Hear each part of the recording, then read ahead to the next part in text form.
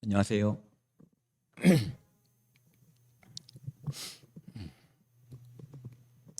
오늘은 2023년 4월 30일입니다. 함께 나눌 주제 말씀은 감사하라입니다.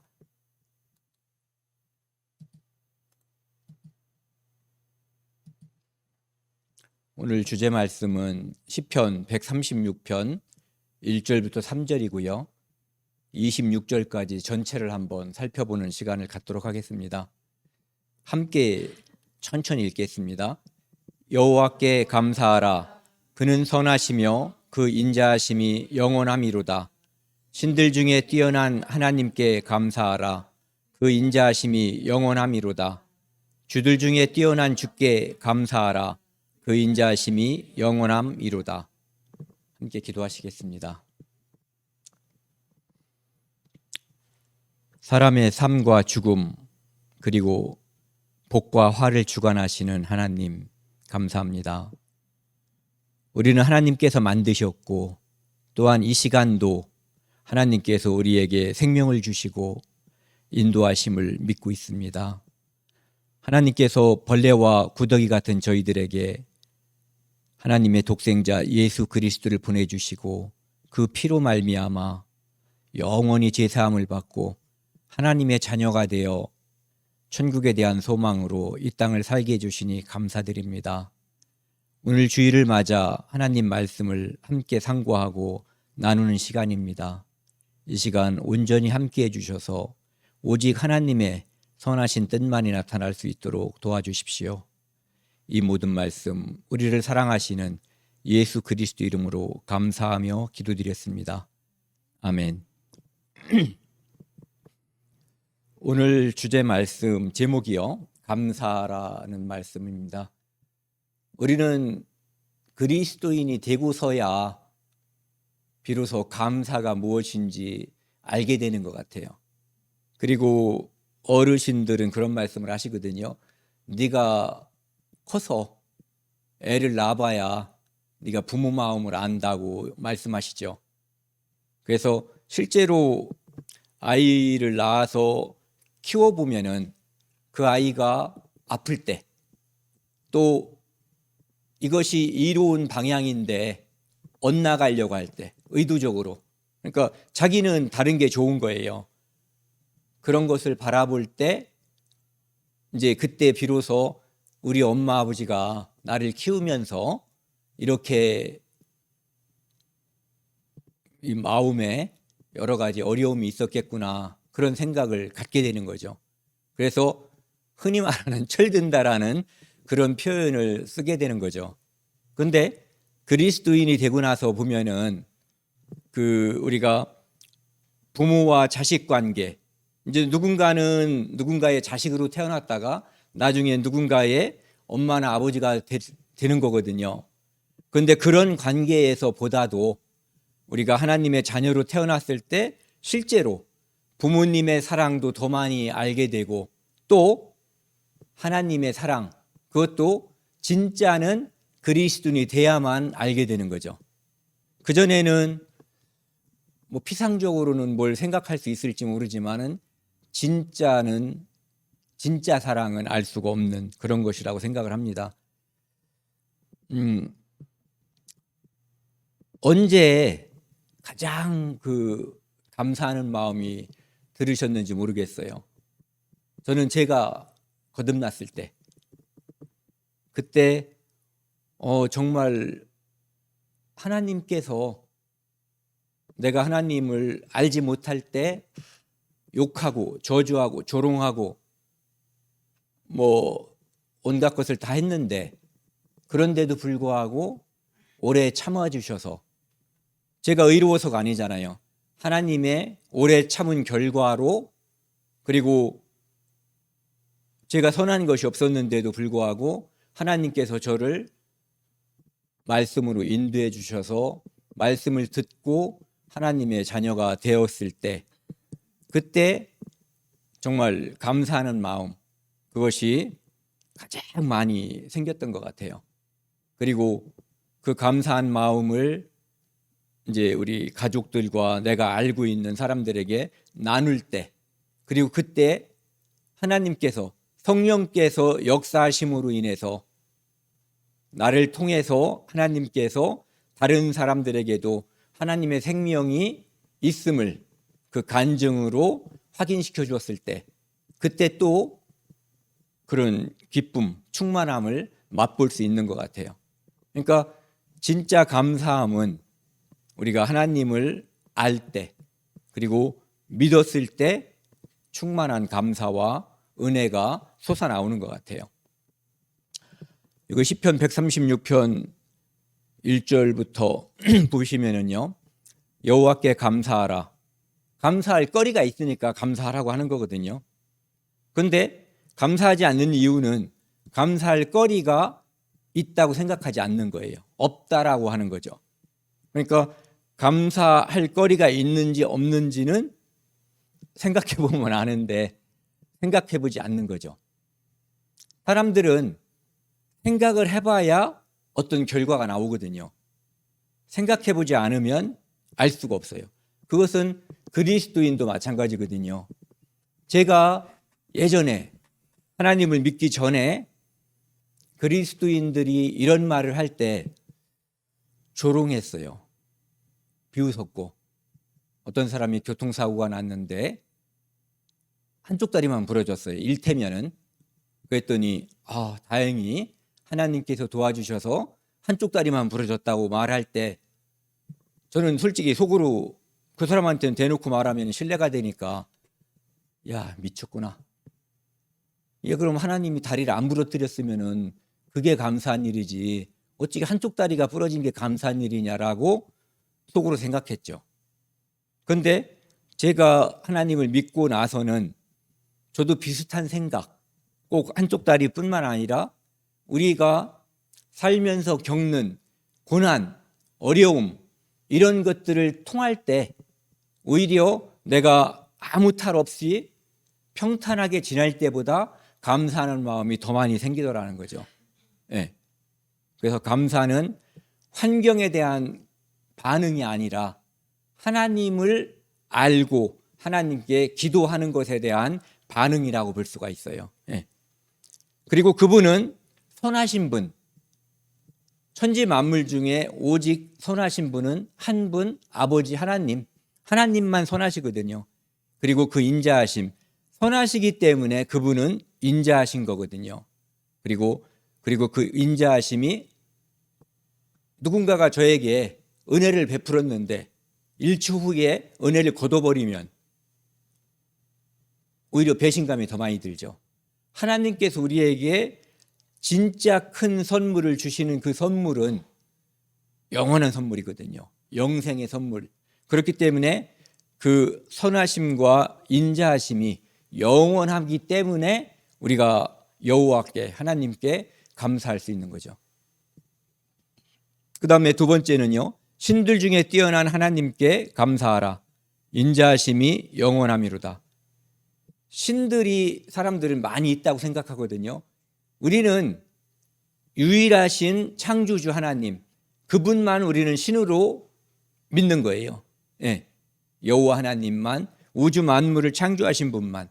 그런데 다른 사람들은 이 땅에 많은 신들이 있다고 생각하고 하나님이 그 중에 한 분이라고 생각하는 거죠.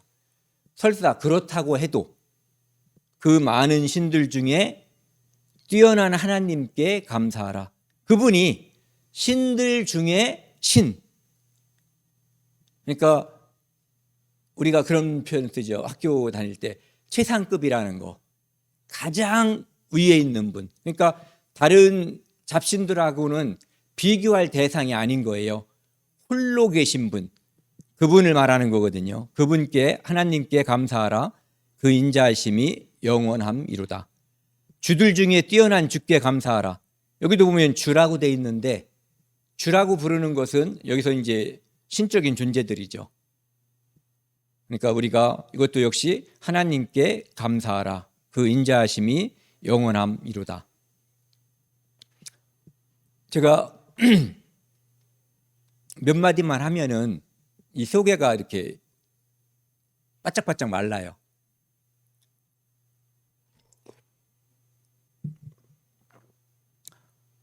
하나님께서는 저는 그것을 제가 처음에 하나님을 믿고 나서 그런 생각을 해본 적이 있어요.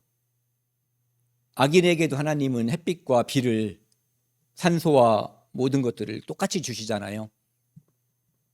그래서 그것이 하나님의 사랑이 왜 그런 것인가에 대해서 생각을 못했어요. 왜냐하면은 다들 경험이 있으시겠지만 나는 의롭고, 특히 뉴스 시간에 잔인한 강도나 살인자로 나오는 그런 사람들은 더 악하다라는 생각, 편견이라고 볼 수는 없고 어쨌든 순간적으로나마 그런 생각들을 하는데, 그런 사람들에게도 똑같이 햇빛과 비를 주신다는 것에 대해서 의아하게 생각을 해본 적도 있어요. 하지만 잘 생각을 해보면 그렇게 하지 않았다면 저에게도 복음을 들을 수 있는 기회, 예수 그리스도를 통해서 천국에 갈 수 있는 기회가 주어지지 않았을 거예요. 그렇기 때문에 하나님은 선하시고 인자하시며 그 인자하심이 영원하기 때문에 우리들에게 기회를 끝까지 주시는 거죠. 언제까지? 죽을 때까지 주시는 거예요. 그래서 죽을 때까지 주시는 그 기회, 그 인자하심이 정말 영원하다는 생각들을 많이 하게 됐어요.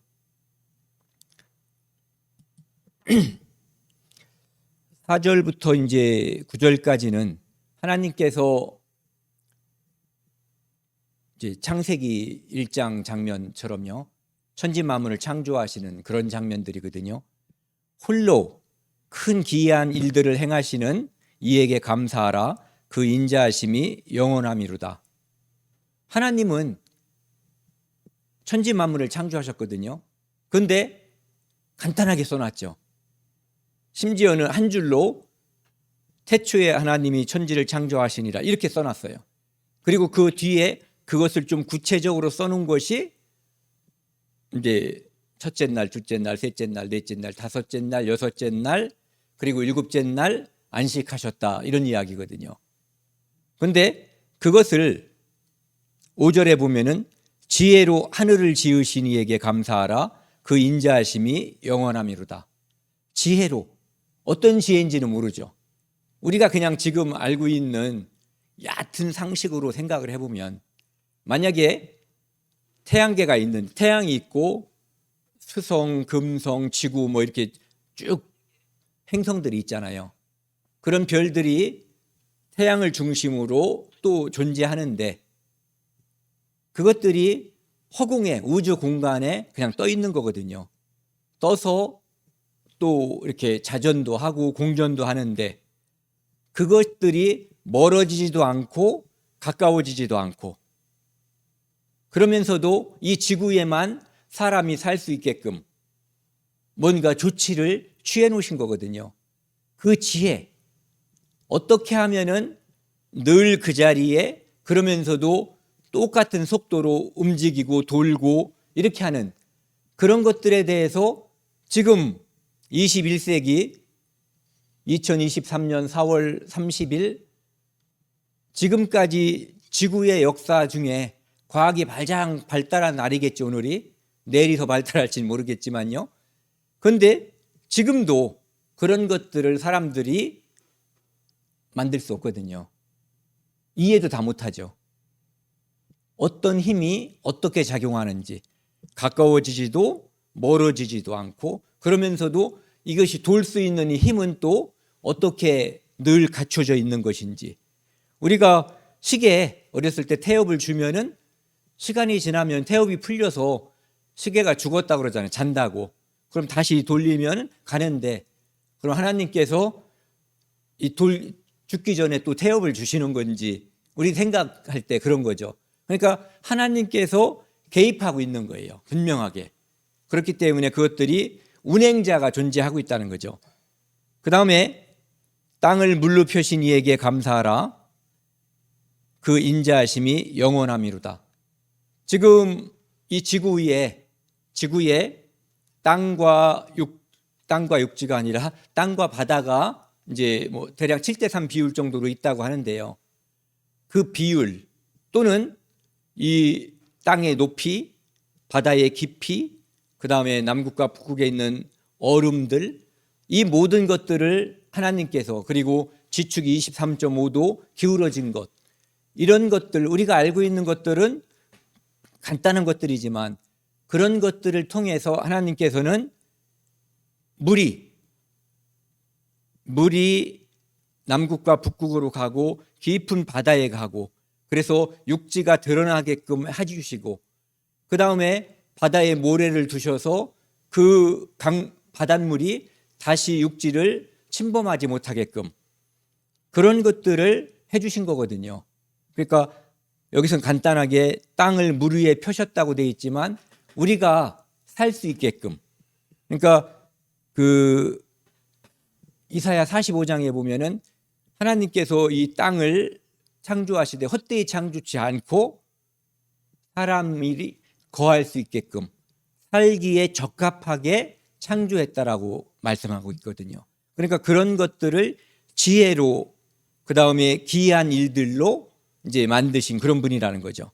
그 다음에 큰 빛들을 지으신, 우리가 생각하는 큰 빛은 태양, 지구, 아니죠. 우리는 이 지구의 빛은 안 보이는 거니까 태양과 달, 그리고 실제로는 작은 별인데 지구에서는 금성이 굉장히 커 보이는 거죠, 상대적으로. 그 다음에 많은 수많은 별들. 그런데 실제로는 우리가 알고 있는 태양은 이 우주에서 볼 때 그다지 크지 않은 그러한 발광체에 불과하다는 것도 이제 나중에 이제 커서 알게 된 건데, 어쨌든 그런 것들을 다 지으신 분, 그리고 그것들이 지금도 우리들의 삶을 주관하고 있는 거거든요. 만약에 햇빛이 낮에 없다면, 밤에 달이 없다면, 이 달은 단지 우리에게 빛만 선사해 주는 게 아니잖아요. 바닷물을 이렇게 출렁거리게 해가지고 이 지구가 오염물질들이 이렇게 해소가 되고 그런 것들을 유지시켜주고 뭐 여러 가지 하는 역할들이 있는데, 그것들을 하나님께서 만드시고 지금도 주관하고 계신 거죠. 그래서 8절, 9절 보면은 해로 낮을 주관하게, 그 다음에 달과 별들로 밤을 주관하신 이에게 감사하라.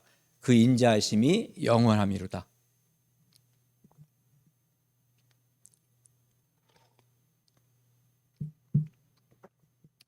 옛날부터 많은 사람들이 하나님께서 만드신 피조물을 숭배했어요. 태양신을 숭배하는 일은 흔히 있었던 일이고, 그 다음에 달신, 어떤 특별한 뭐 바다신도 숭배하고 산신도 숭배하고, 그런 것들이 실상 다 하나님이 만든 피조물에 불과한 거거든요. 그런데 정작 우리가 경배해야 될 그 대상을 빼놓고 그분이 만드신 피조물들을 이제 숭상하는데, 그런데 여기 이 시를 지으신 작가는, 이 작가는 누군지 모른다고 그래요. 그분에게 감사라는 거죠. 누구냐 하면은 여호와 하나님. 예.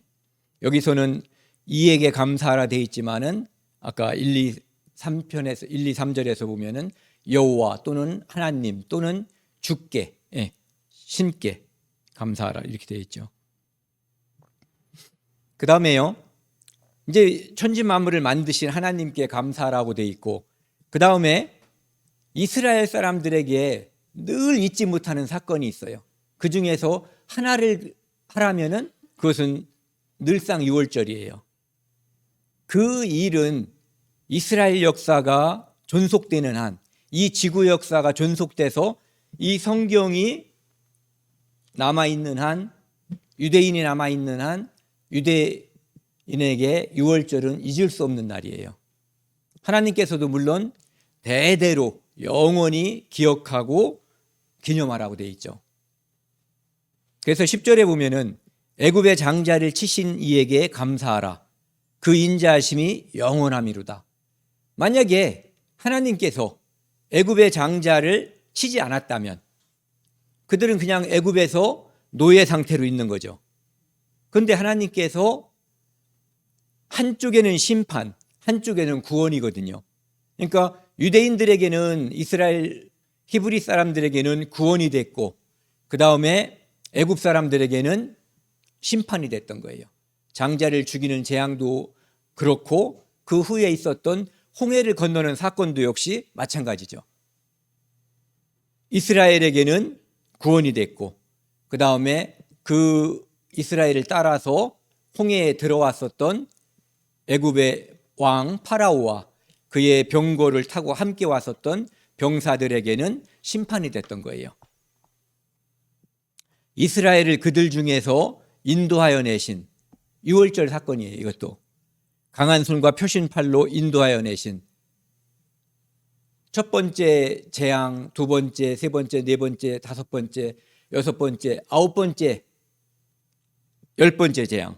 이것을 통해서 애굽 사람들이 숭상하고 있는 어떠한 우상들, 그런 것들은 아무것도 아니고 오직 지금 심판하고 있는 하나님만이 참신이라고 하는 것을 보여주신 거거든요. 심지어 너희들이 믿고 있는 그 태양도 하나님께서 원하시면 그 빛을 가릴 수 있고 흑암이 될 수 있다라고 하는 것을 보여주셨어요. 끝까지 고집을 부리고 말을 듣지 않자 하나님께서는 기회를 엄청나게 주시잖아요. 그럼에도 불구하고 그들에게 마지막으로 내린 재앙이 바로 6월절 장자 죽이는 재앙이거든요. 이스라엘 사람들에게는 양을 잡아서 임방과 이 설주에 이제 피를 발라놓게 하고 그 피값으로 인해서 이스라엘 사람들의 장자와 짐승의 새끼들, 첫 새끼는 죽음을 면하게 되고 애굽의 모든 장자와 짐승의 첫 새끼가 거기서 죽게 되는 거죠.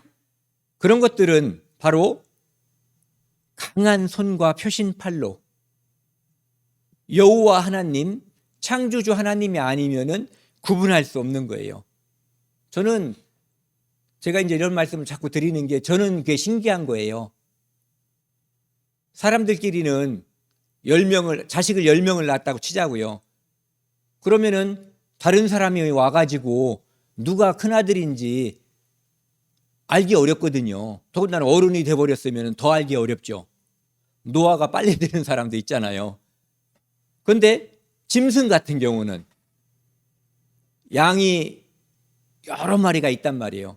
그런데 그 중에서 첫 새끼가 누군지, 어떤 것이 첫 새끼인지 그것을 어떻게 알고 정확히 그것을 알아서 챙겨서 죽였을 때, 그때 애굽 사람들은 요즘 말로 깜짝 놀랐을 거예요.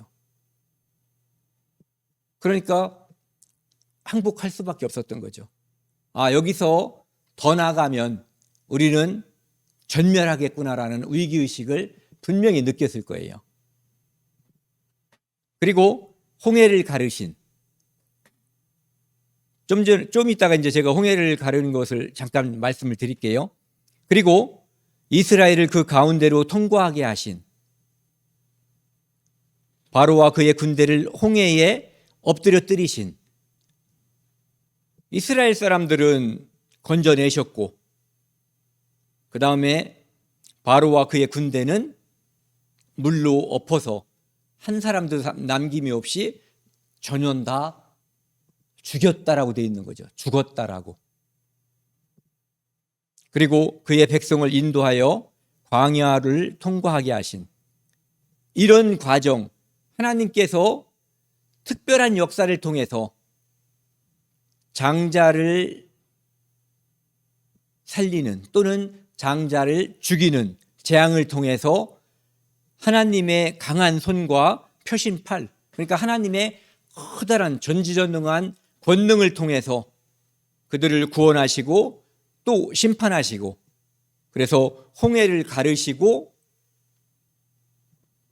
광야로 그들을 건져내신 것까지 이야기를 하고 있어요.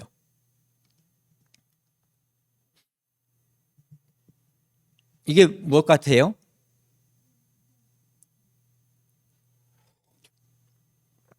홍해 같아요. 그 홍해는 지금 홍해 있잖아요. 지금도 홍해가 존재하는데 매우 낮은 곳이 있고 그 다음에 깊은 곳이 있다고 그래요. 낮은 곳이 수심이 한 200m 정도 된대요. 낮은 곳도 깊은 거죠. 깊은 곳은 2,900m 정도 된다고 그래요. 그러니까 뭐 동네 개울이 아닌 거예요. 하나님께서 물로 이제 바람을 통해서 물을 쫙 밀어내셨을 때 이 물 기둥의 높이를 한번 생각을 해보세요. 제일 낮은 곳으로 인도하셨어도 200m쯤 되는 물 기둥이 존재했을 거예요. 영화나 이런 데서는 만들기 힘드니까 여기 다음 장면 한번 보여드릴게요. 이런 거 보면은 사람 키에 뭐 많이 써봤자 한 5배 또는 뭐 한 대여섯 배 정도 이 정도밖에 되지 않는 물 높이가 돼 있잖아요. 그런데 실제로 우리가 홍해를 생각해 본다면 이런 게 아니라 요새 이렇게 엄청나게 높은 탑 있잖아요. 200m 되는 빌딩 같은 그런 것들이 쫙 이어졌다라고 보면 되는 거거든요. 그래서 이것이 가장 가까운 데 있잖아요. 홍해, 하나님은 어떤 것을 선택하셨을 것 같아요? 가장 낮은 곳, 그렇죠? 왜냐하면은 깊은 곳을 선택하면은 갈 수 있지만 낭떠러지기가 되는 거예요. 이렇게 여기서 이런 경사로 가면은 걸어갈 수 있지만 노인들이나 짐승들이 만약에 여기서 1000m 밑으로다가 들어가서 가야지 된다면 이건 낭떠러지기로 떨어져 버리는 거잖아요. 그러니까 가장 낮은 곳을 통해서 그리고 가장 가까운 곳을 통해서 했을 수도 있죠. 그런 것들이 이제 하나님께서 선택하셨을 거라는 거죠. 어쨌든 하나님은 가장 깊은 곳 2,900m가 되는 곳도 물을 가르실 수 있는 분이에요. 하지만 거기를 갈라버리면 절벽을 통해서 로프 잡고 내려가는 건 어렵잖아요. 그렇죠? 그러니까 완만한 경사가 있는 곳을 선택했을 가능성이 있지만 그런 곳을 선택했다고 해도 그래도 지금 이 홍해를 조사한 사람들의 연구에 의하면 200m 정도 된다는 거죠. 높이가, 그 수심이.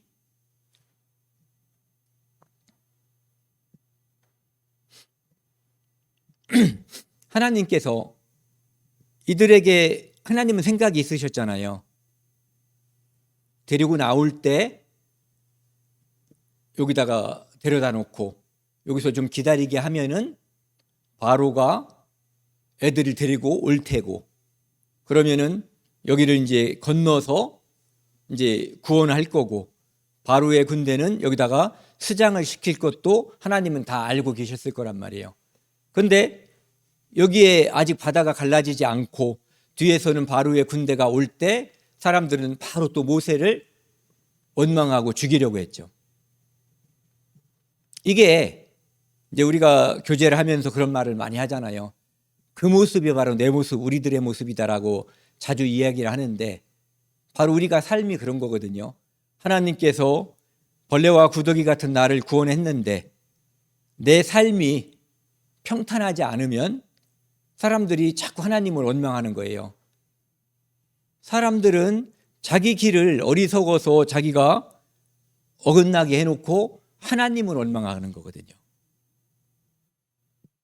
인생도 마찬가지죠. 이런 그림을 보면은 이 높이는 실제로는 아니었을 거라는 거예요. 가장 낮은 곳도 200m 정도 되는 그런 곳이었다는 거죠. 여기 보시면은 이건 어떤 사람이 성경적으로 옳고 그름을 말할 수는 없는 거예요. 어떤 연구자의 의견이에요. 이제 홍해 중에 이렇게 폭이 한 6km 정도 되는 이런 데가 있다고 그래요.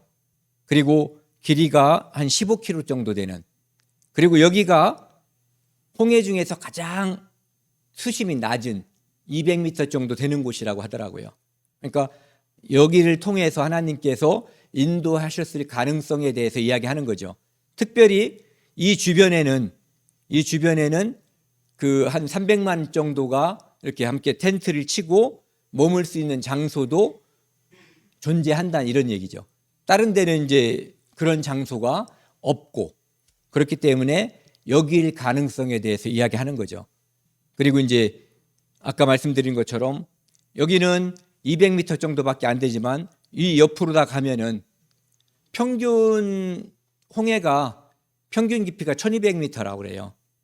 그리고 깊은 데는 2900m가 넘고요. 그래서 여기일 것이다라고 이야기하고 있죠. 근데 이것은 중요한 건 아닌데 어쨌든 하나님께서 그들을 인도하셨다. 이게 중요한 거예요. 바다를 가르셨다.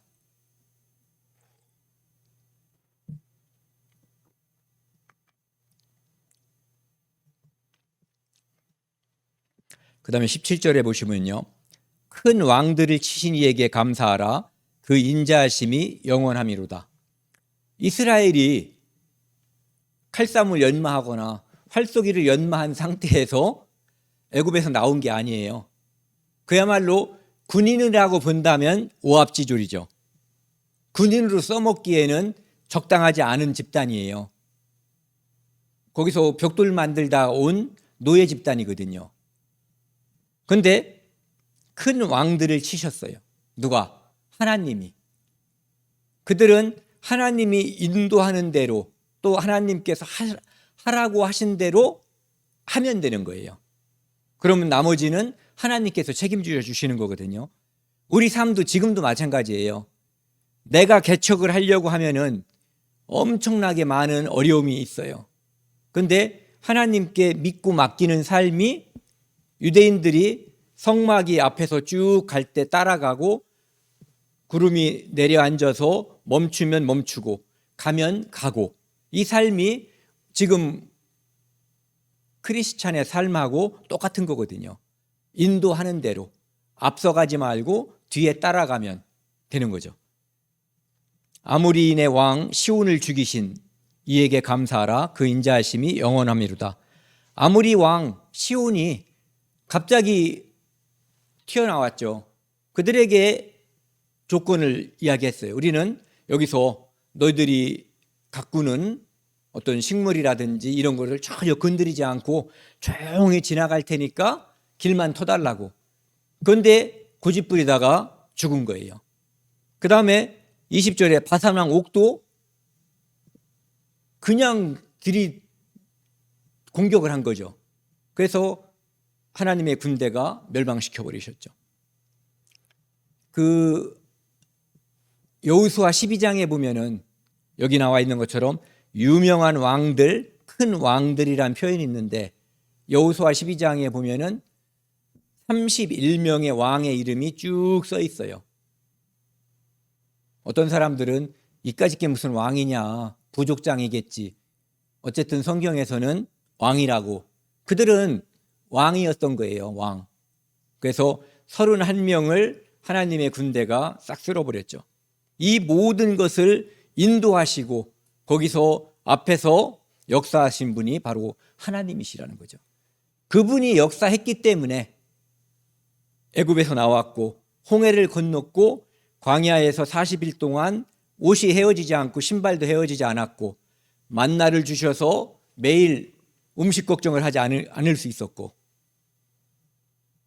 그리고 그들에게 대드는 이런 왕들을 다 하나님께서 무찔러 주신 거예요. 그렇기 때문에 하나님께 감사하라는 거죠. 이것을 알면 어떻게 감사하지 않을 수 있냐, 이런 얘기거든요. 왜? 그분은 인자하심이 영원하기 때문에. 그리고 이제 드디어 모세를 통해서 하나님께서 약속해 주신, 그리고 아브라함에게 미리 약속해 주신 그 땅, 가나안 땅으로 그 조상들이 떠나고 나서 430년 만에 다시 가나안 땅으로 온 거거든요. 그리고 그 땅을 기업의 땅으로 주신 거예요.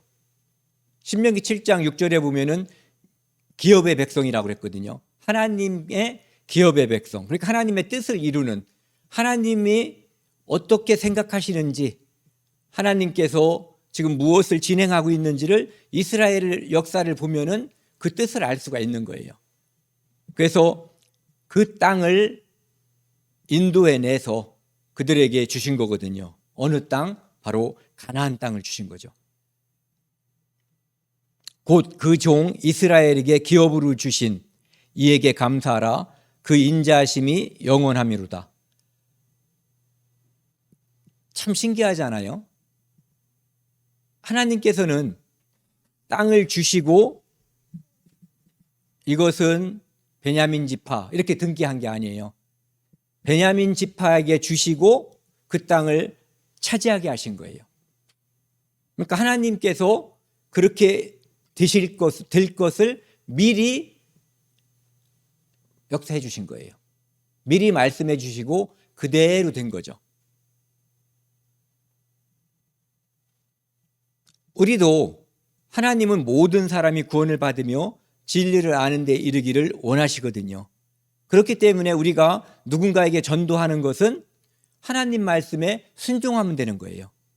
그러면 그것은 하나님께서 해주시는 거죠. 왜? 우리는 누구를 설득할 능력이 없어요. 언쟁을 다 해보셨을 거예요. 특히 전도하다가 언쟁에 해보면은요,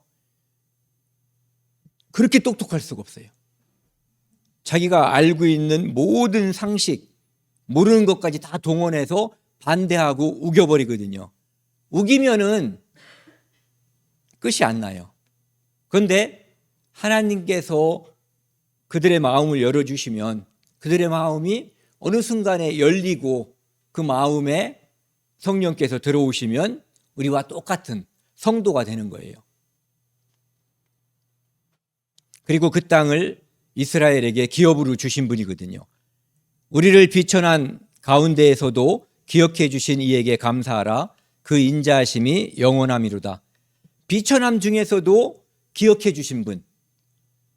가나안 땅에 들어가서 그들은 사사시대를 한번 생각을 해보세요. 금방 잘못을 하고 엉망이 됐다가 하나님께서 도와주시면 겨우 살아나면 다시 또 우상을 섬기고 엉망이 되고, 이 과정을 많이 반복했는데도 불구하고 하나님께서 그분이 마음이 크시고 인자하기 때문에 이것이 반복된 거예요. 물론 이스라엘이 죄가 많아서 반복됐지만 쓸어버리면 끝나는 거잖아요, 한 번에. 예. 그리고 24절, 우리를 우리의 대적에게서 건지신, 사사시대도 그렇고 왕정시대에서 다윗이 가는 곳마다 하나님께서 이기게 해주셨고, 그리고 남과 북으로 나뉘어졌을 때는 물론 하나님께 대적하고 우상을 섬겨서 나누어졌지만 그때도 하나님께서는 남과 북 이스라엘에게 계속해서 역사해 주신 거거든요. 그리고 그들이 모든 나라에, 처음에 이제 잡혀갈 때는 바벨론으로 잡혀갔잖아요. 그리고 그곳에서 많이 이제 페르시아, 헬라, 로마로 이렇게 식민지 국가가 바뀔 때마다 점점 이제 이렇게 퍼져서 디아스포라, 이산돼서 많은 나라에 이제 살게 되는 거죠. 그런데 그때도 하나님께서는 그들을 그 대적에게서 건지시는 거예요. 이것은 마치 아브라함에게 약속해 주신 창세기 12장 3절에 아브라함에게 너를 축복하는 자에게는 축복하고 너를 저주하는 자에게는 저주하겠다라고 하는 그 약속이 이스라엘에게 그대로 이어지는 거거든요. 언제까지 이 약속이 이어지냐면은 지금도 이어지고 있고, 우리나라에 유대인들이 와서 사는 사람들이 뭐 거의 없고 저는 본 적이 없는데, 혹시 어디서든 만나면 잘해주세요.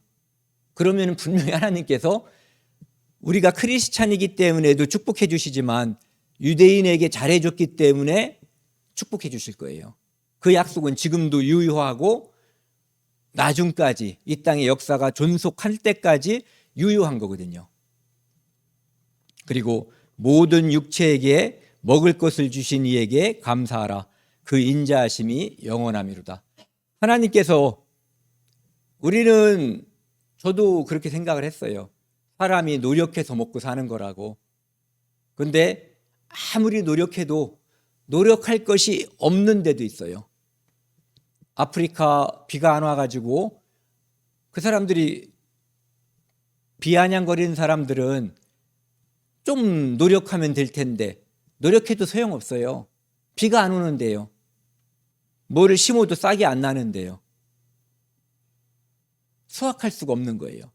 그러니까 누가 먹을 걸 주면은 먹고, 그렇지 않으면 굶어 죽을 수밖에 없는 거예요.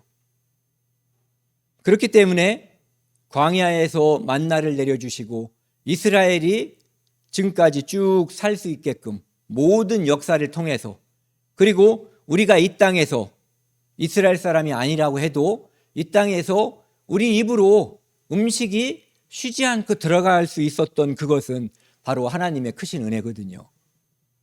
그게 아니면 어떠한 존재도 이 땅에 살아남을 수가 없는 거예요. 뭐가 됐든 하나님께서 우리에게 은혜를 주셨기 때문에 우리에게 음식이 입으로 들어갔던 거죠.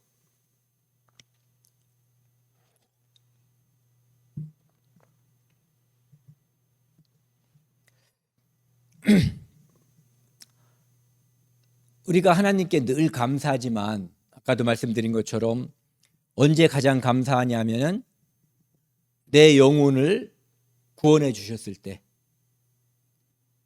특별히 더 감사하는 이유는 내가 죄인으로서, 죄인이라는 걸 몰랐기 때문에 용감했던 거예요. 그런데 죄인이기 때문에 심판 아래에 있었다는 것을 성경을 통해서 알게 되고, 그리고 성경을 통해서 내가 그 심판에서, 지옥의 저주에서 건짐을 받고 감히 하나님의 자녀가, 천국의 소망을 가진 사람이 됐다는 그 사실에 감사하는 거죠. 저주만 풀렸어도 우리는 너무너무 감사한 거거든요. 그런데 정말 극과 극, 지옥의 형벌을 면했는데 하나님의 자녀가 됐다라는, 그것은 엄청난 축복이거든요. 저는 이 요한복음 11장에 나와 있는 그 나사로를 살린 사건을 통해서 하나님께서 사람들에게 주는 그 은혜 중에서 가장 큰 은혜는 죽음을 이기게 해주는 은혜거든요. 여기 보시면은 11장 43절 44절에 보면은 예수님께서 죽은 지 4일 되는 나사로를 살리시는 장면이 나와요. 그 장면을 보면은 이제 냄새가 나는 거거든요. 저는 어렸을 때 정말 이렇게 여름철에 장례를 치르는 그것 때문에 심한 냄새가 나는 것을 제가 직접 맡아본 적이 있어요. 이루 말할 수 없이 심각한 냄새가 나요. 그런데 그런 냄새가 나는 상태에서 예수님께서 나사로를 부르니까 죽은 자가 수족을 배로 동인 채로 나왔다, 이렇게 되어 있거든요. 하나님은 말씀하시면 그대로 되는 거예요. 그래서 우리가 기도하는 것은 하나님께서 역사해 주기를 원하는 거거든요. 그런데 이 장면을 볼 때 우리가 그 가족이 둘이 있었잖아요. 마리아와 마르다. 그 사람들이 부모가 안 나오는 걸로 봐서 부모는 안 계셨던 것 같아요. 이미 돌아가셨던 것으로 이제 보이는데, 그때 그 두 자매가 이 마음속에 얼마나 상심이 컸겠어요. 슬픔이. 그런데 그때 예수님께서는 바로 구원해 주지 않거든요. 어떤 때 어떻게 생각해 보면 좀 잔인하다고 생각할 수도 있죠. 그런데 더 큰 것을 가르쳐 주기 위해서, 더 큰 선물을 주기 위해서 이 아픔을 주신 거예요. 우리도 이 땅에서 살면서 고난을 겪는 것, 예를 들어서 제가 지난주에 이 독감 때문에 몸살기도 있고 뭐 기침도 나오고 열도 있고, 이제 어떻게 보면 일종의 고난이잖아요. 그런 것을 겪을 때 건강할 때보다 더 많이 감사하고 더 많이 기도해요. 네, 왜냐하면 그럴 때 우리는 하나님께 영광을 돌리고 하나님을 더욱 매달리게 되거든요. 그래서 하나님은 더 큰 것을 주시는 거예요. 고난을 통해서. 마리아와 마르다가 예수님께 가졌던 생각이 있어요. 뭐냐면은 주께서, 마르다도 그렇고 마리아도 그렇고, 주께서 여기 계셨다면 오라비가 죽지 않았을 거라고 생각했어요. 그러니까 그분이 메시아라는 것도 알고 하나님의 아들이라는 것도 알았지만, 이분이 전지전능하신 하나님이라는 것을 알면서도 그분이 멀리 떨어져서 있으면 우리 오라비가 죽은 것을 몰랐을 거다라고 착각하거나, 또는 그곳에서는 이곳으로 장소를 이동하지 않고는 역사할 수 없다라고 생각할 수도 있는 거예요. 그런데 예수님께서는 그들에게 그런 생각들을 깨주는 거죠. 어떻게? 4일 동안 썩을 때까지 기다렸다가 오시고 장소를 이동하지 않음으로써 이들이 이제 완전히 포기하는 거죠. 그때 하나님은 어떤 능력자이신지, 하나님이 말씀하시면 무엇이 벌어지는지, 어떤 일이 일어나는지 그것을 설명해 주시는 거예요. 그리고 또 예수님께서는 제자들에게 이것을 보여주고 싶었던 거예요. 뭘 보여주고 싶었냐면은 내가 거기 있지 아니한 것, 베다니에 있지 않고 멀리 떨어져 있었던 그것을 통해서 제자들이 이제 예수님이 나사로를 이제 깨우러 가자고 했을 때 우리도 죽으러 가자 했잖아요. 그때 그 제자들에게, 그 제자들은 지금 거기 가면은 예수님이 죽나? 고난을 받나? 이 생각을 했단 말이에요. 그런데 예수님은 너희를 위하여 기뻐한다 이렇게 돼 있어요. 그러니까 그 제자들이 전갈이 왔잖아요. 누군가가 소식을 전했어요. 나사로가 아프다고. 그리고 나중에 예수님은 죽었음을 알았어요. 도착했을 때는 4일이 지난 거예요. 근데 예수님께서 가시기 전에 이 말씀을 먼저 하시는 거죠. 너희를 위하여 기뻐하노니 이는 너희로 믿게 하려 함이라. 무엇을? 내가 부활이라는 거, 내가 생명이라는 거, 내가 여기 있지만 거기 있는 것과 똑같고, 내가 떨어져 있지만 어느 곳에서나 전지전능하신 하나님이라고 하는 것, 그것을 제자들로 하여금 알게끔, 그리고 비록 죽은 지가 4일 되는 다 썩은 시체라고 해도 그분이 말씀하시면 생명이 탄생한다는 것, 새롭게 생명이 나온다고 하는 것을 보여주는 거죠.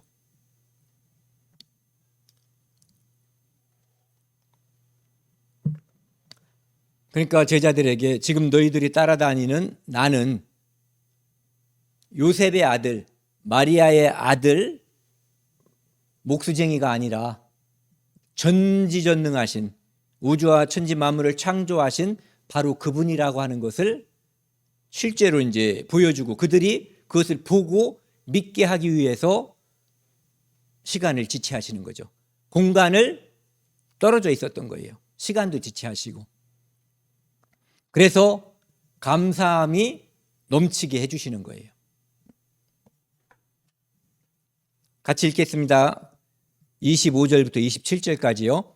예수께서 이르시되 나는 부활이요 생명이니 나를 믿는 자는 죽어도 살겠고 무릇 살아서 나를 믿는 자는 영원히 죽지 아니하리니 이것을 네가 믿느냐? 이르되 주여 그러하이다. 주는 그리스도시요 세상에 오시는 하나님의 아들이신 줄 내가 믿나이다. 예수님은 마리아, 마르다 제자들에게 이것을 주시고 싶었던 거예요. 비록 내가 십자가에서 죽고 묻혀도, 무덤에 장사를 지내도 내가 바로 부활이고 내가 바로 생명이라는 거. 그래서 나를 믿는 자는 죽어도 살겠고 무릇 살아서 믿는 자는 영원히 죽지 않는다. 이것은 육체는 죽을 수 있지만 우리가 지금 그 상태잖아요. 우리는 이미 살았고 영원히 사는 거거든요. 그래서 우리가 육체가 죽어도 우리는 하나님이 볼 때 사람들의 눈에서는 우리는 죽은 자가 될 수 있어요. 이 땅에서 죽는다면. 하지만 하나님 앞에서는 예수님께서 이제 너희는 아브라함의 하나님, 이삭의 하나님, 야곱의 하나님이라고 하는 것을 들어보지 못했냐라고 물을 때 그들은 산자의 하나님이거든요. 하나님 앞에 다 살아있다는 거죠. 바로 그들이 지금 이 땅에서는 흙으로 돌아가고 보이지가 않지만 하나님 앞에 살아있음을 알려주시는 거죠. 그리고 그래서 주여 그러하이다.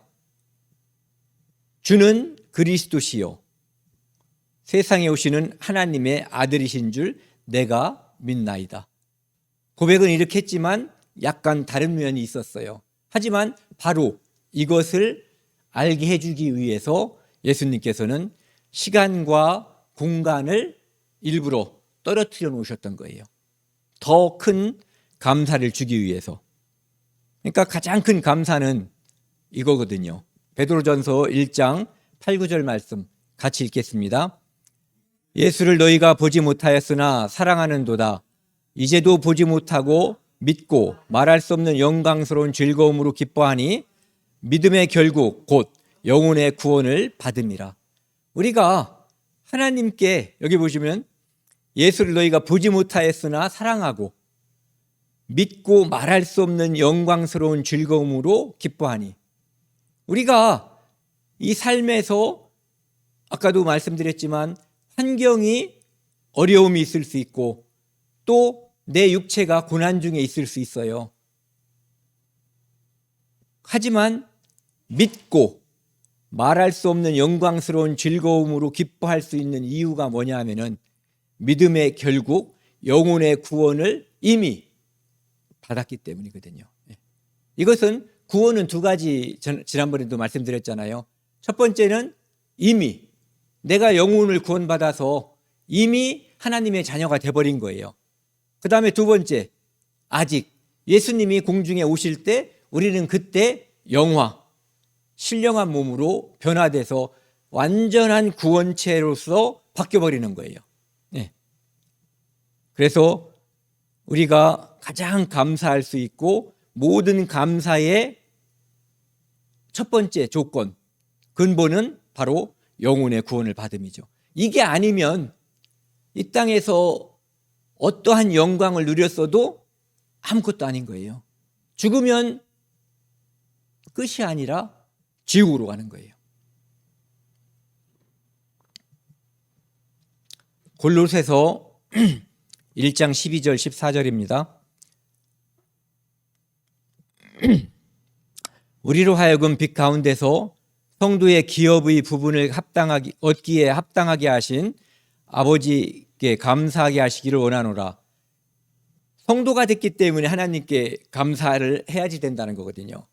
그러니까 가장 중요한 게 우리가 성도가 되는 것, 영혼의 구원을 받은 것 이거거든요. 그러니까 그 내용을 13절, 14절 같이 읽겠습니다.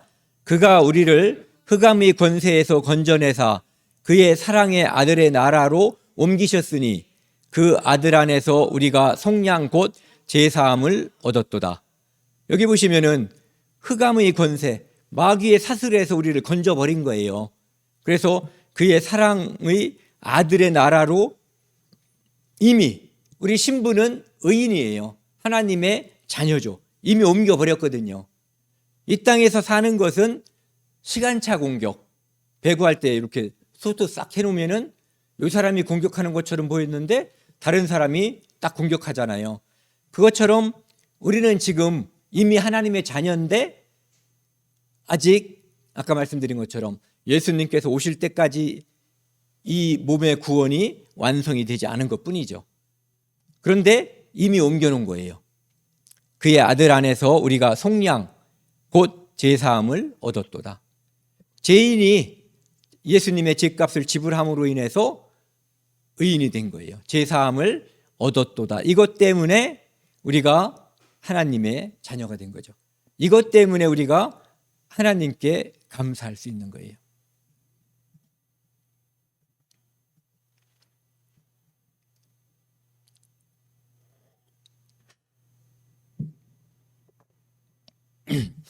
고린도후서 9장 15절 생각을 하면서 천천히 한번 읽었으면 좋겠어요. 이 말의 뜻을 같이 읽겠습니다.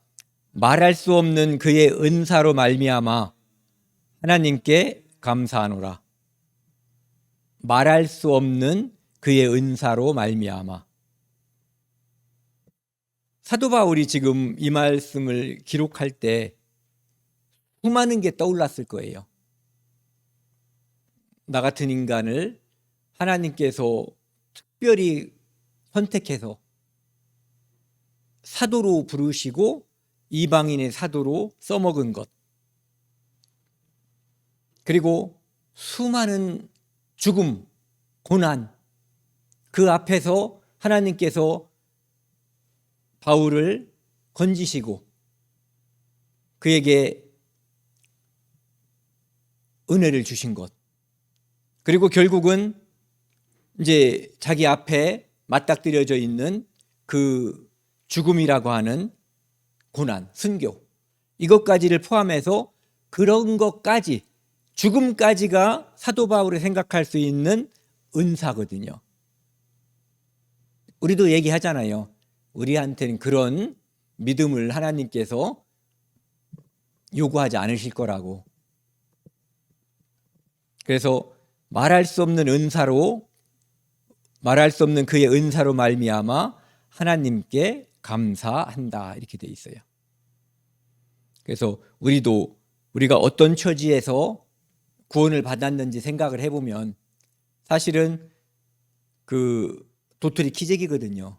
인간이 선함과 악함, 이 땅에 가장 악한 사람과 이 땅에서 가장 선한 사람도 하나님이 볼 때는 예수 그리스도의 피를 빼면 다 죄인이거든요. 그러니까 모든 사람이 다 예수 그리스도의 피가 필요한 존재가 되는 거죠. 그리고 오늘 준비한 마지막 말씀인데요. 아까 함께 나누었었던 시편 136편 중에서 26절 마지막 구절입니다. 같이 읽겠습니다. 하늘의 하나님께 감사하라. 그 인자하심이 영원함이로다. 창조하신 분, 이스라엘을 애굽에서 이끌어내신 분, 그리고 그분 가나안 땅을 주신 분, 그리고 많은 환난에서 그 대적들에서 건져주신 분, 그리고 우리를 구원하신 하나님, 그분께 하늘의 하나님, 우리는 하늘에 살고 있지 않거든요. 우리는 의인이 됐지만 아직 제 속성을 가지고 있어요. 오직 하늘의 하나님만 참되시고 의로우신 유일하신 분이거든요. 그분께 감사라는 거예요. 왜? 그분이 우리에게 끼쳐주신 것. 좀 전에 사도 바울이 말씀하신 것처럼 말할 수 없는 그의 은사로 말미암아 하나님께 감사하라. 그 인자하심이 영원함이로다. 영원하다고 하는 것을 우리는 잘 모르지만 그냥 하나님께서는 뒤집지 않는다는 거죠. 한번 약속하신 그 약속은 반드시 지키는 분, 그리고 우리를 누구에게도 빼앗기지 않는 전능자, 초월자, 그분만이 우리의 구원자라는 것, 이것을 알고 감사함으로 오늘 설교를 마치겠습니다. 같이 기도하시겠습니다. 하나님 아버지, 감사합니다. 하나님께 감사할 것이 너무 많이 있습니다. 하지만 우리가 하나님을 바라보지 않고 나 자신을 바라보거나 내가 지금 처해 있는 환경을 바라보면 감사보다 불평과 불만이 나올 수도 있습니다. 우리가 늘 하나님을 바라보고 천국을 바라보고 감사하는 마음으로 살 수 있도록 인도하여 주옵소서. 이 모든 말씀 우리를 구원해 주신 예수 그리스도 이름으로 감사하며 기도드렸습니다. 아멘.